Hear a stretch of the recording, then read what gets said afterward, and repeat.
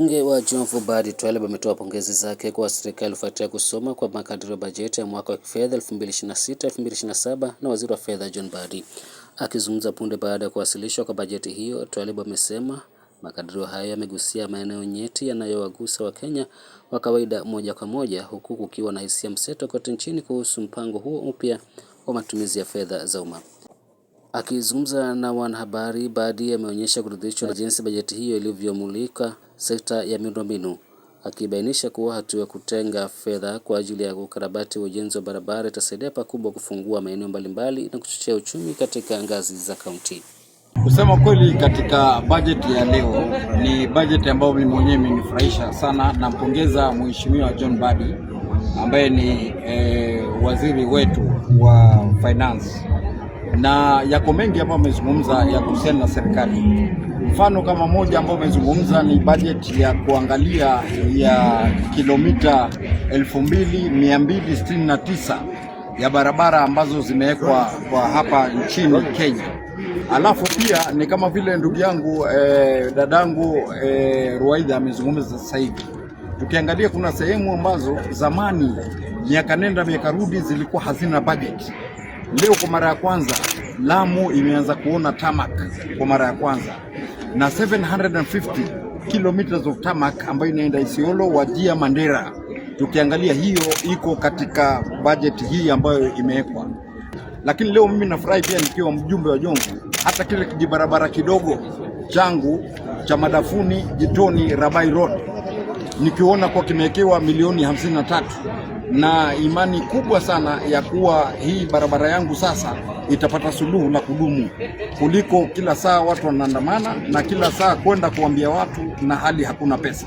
Badi aidha amechukua fursa hiyo kumshukuru Rais William Ruto kwa uamuzi wa kuhakikisha kuwa masomo ya dini yanajumuishwa kikamilifu kwenye mtaala wa kiserikali, hatua ambayo anaamini itaimarisha maadili miongoni mwa wanafunzi. Na leo mimi nashukuru sana William Samoei Ruto, Mheshimiwa William Samoei Ruto, kuona kwa madrasa na duksi ambazo ni yale masomo ya Kiislamu sasa yamewekwa katika formal education system ya Kenya na bajeti yake imeweza kuwekwa.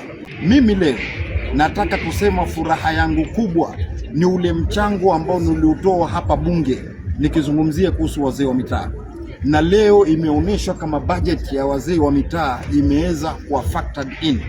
Kwa leo tunavyomtambua county commissioner, DCC, ACC, chief, sub chief, hata mzee wa mtaa pia atakuwa sasa anatambulika na atakuwa anapata kitu kidogo ambacho kitakuwa kinaweza kumsaidia katika maisha yake. Na tukitizama wazee wa mitaa ni watu ambao wanafanya kazi nzuri sana katika maisha ya kila siku, katika kudumisha usalama na katika kuangalia majanga mbalimbali juu ya National Infrastructure Fund. Hata hivyo hakusita kuikumbusha serikali kuhusu changamoto sugu ya uhaba wa maji inaendelea kuwatesa wakazi wa kaunti ya Mombasa kwa miaka nenda miaka rudi. Amesisitiza kuwa kuna haja ya dharura ya kutumia rasilimali zilizotengwa kupata suluhu la kudumu ya mzozo huu wa maji katika eneo la Pwani. Tunaona kuna pesa za boreholes ambazo zimewekwa katika sehemu kame ambao mbali hii budget imeweza kuwekwa. Lakini tusisahau sisi watu ambao tunatoka Mombasa, mimi ni mjumbe wa Jomvu, donda sugu kubwa sana ni mambo ya ukosefu wa maji katika Mombasa mzima. Kwa hivyo kitambo cha kusubiri hii Mwache Dam na kusubiri pia improvement ya Mzima Spring, hivi sasa katika hizi boreholes ambazo National Water Services Fund imewekewa, iangaliwe pia iweze kutupata katika sehemu zetu za kule Jomvu na sehemu nyingine za Mombasa ambazo tunaweza kuondoa mambo ya ukame na uhaba wa maji. Leo ni aibu kuona kuwa tangu tuchukue uhuru mpaka leo maji ati yafanywa rationing, ati nyingine pia yanakuwa maji hayapatikani kabisa.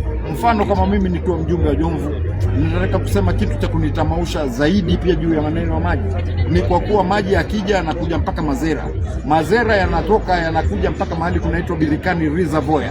Hapo ndio mahali ambapo maji yanakuwa stored katika Mombasa County before being distributed to other parts. Lakini ajabu wenyewe inapotoka Mazera kupita kwenye constituency yangu, pia watu wangu hawana maji katika mambo hayo. Kwa hivyo tunataka bajeti hizi zisongee mpaka nyanjani ili kuona tumeweza kujisaidia. Kusoma kwa bajeti hiyo ya mwaka 2026-2027 kumeibua mijadala mikali nchini, huku wananchi na viongozi wa kisiasa wakitathmini jinsi itakavyoathiri gharama ya maisha na maendeleo kwa ujumla. Ali Vincent, Benvin TV.